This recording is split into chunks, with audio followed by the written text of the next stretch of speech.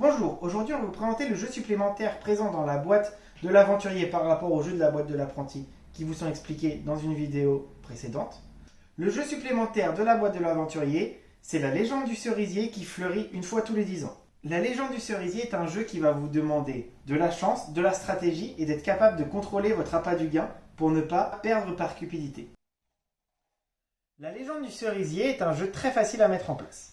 3 cartes à mettre au milieu, un paravent par personne et un nombre de petites fleurs comme indiqué dans les règles en fonction du nombre de joueurs dans le sachet. Vous avez la possibilité au niveau des cartes de choisir quel mode de difficulté vous voulez. Il y a pour joueur un peu plus avancé ou pour joueur un peu plus débutant.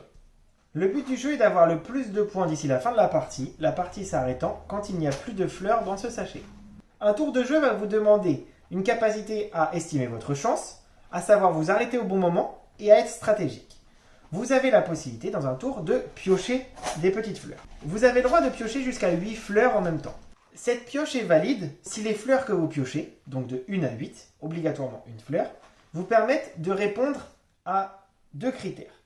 Vous n'avez pas plus de 3 fleurs identiques ou vous n'avez pas plus de 5 couleurs différentes. Ceci est une pioche valide. Celle-ci, par contre, vous fait une pioche invalide. Une pioche invalide va impacter ce que vous pouvez faire de votre pioche. Vous allez devoir garder uniquement 2 fleurs de couleurs différentes et mettre toutes les autres à nouveau dans le sachet. Ces fleurs, vous allez devoir les mettre obligatoirement devant votre paravent. Lorsque vous faites une pioche valide, par exemple ceci, vous allez choisir une couleur pour laquelle vous allez mettre vos points derrière le paravent et toutes les autres vont se retrouver devant.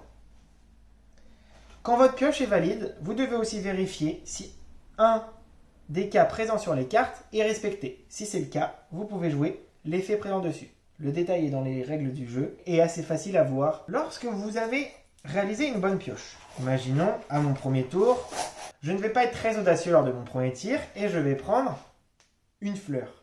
Forcément, avec une fleur, je respecte les conditions. Dans ce cas-là, je peux me dire, je pense quand même que je peux faire mieux.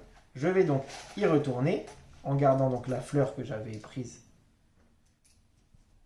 avec moi. Vous pouvez la garder dans la main ou sur le côté, mais vous ne devez pas la remettre dans le sachet. Et vous allez en repiocher.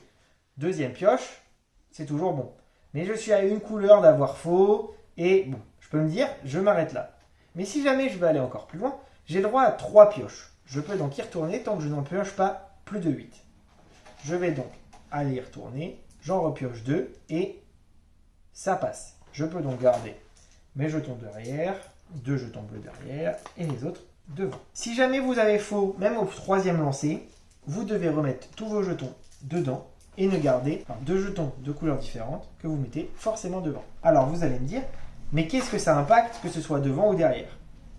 Les jetons qui sont devant seront comptés en nombre de points par couleur. Vous avez tout le détail sur les paravents. Vous allez avoir des points par nombre de jetons. Par exemple, si vous n'avez qu'un seul jeton de n'importe quelle couleur, vous avez 3 points en moins. Si vous en avez 0, c'est 0.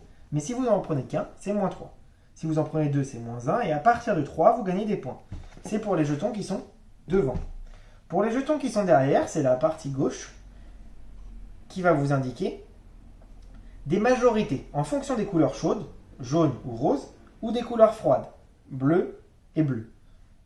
Le joueur majoritaire qui aura le plus de jetons de couleur chaude derrière son paravent gagnera 18 points. Le deuxième, 10 points. Et le troisième, 8 points. Le quatrième pouvant ne rien gagner. Pour les jetons devant le paravent, le blanc est une couleur à part entière.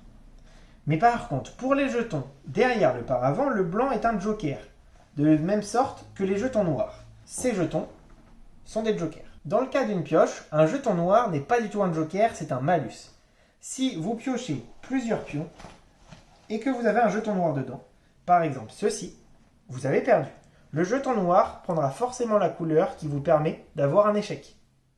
C'est-à-dire ici, le jeton noir deviendra rose, vous avez 3 roses, vous devez obligatoirement remettre le jeton noir dans la pioche, puis sélectionner parmi ceux qui restent 2 jetons de couleurs différentes à mettre devant. Dès qu'il n'y a plus de jetons, vous comptez vos majorités, vous comptez le nombre de points qu'il y a devant, et celui qui a le plus de points pourra contempler le cerisier qui fleurit tous les 10 ans. En espérant que ce jeu vous plaise, c'est notre sélection du jeu supplémentaire de la boîte de l'aventurier. Très bonne partie à vous et à très bientôt.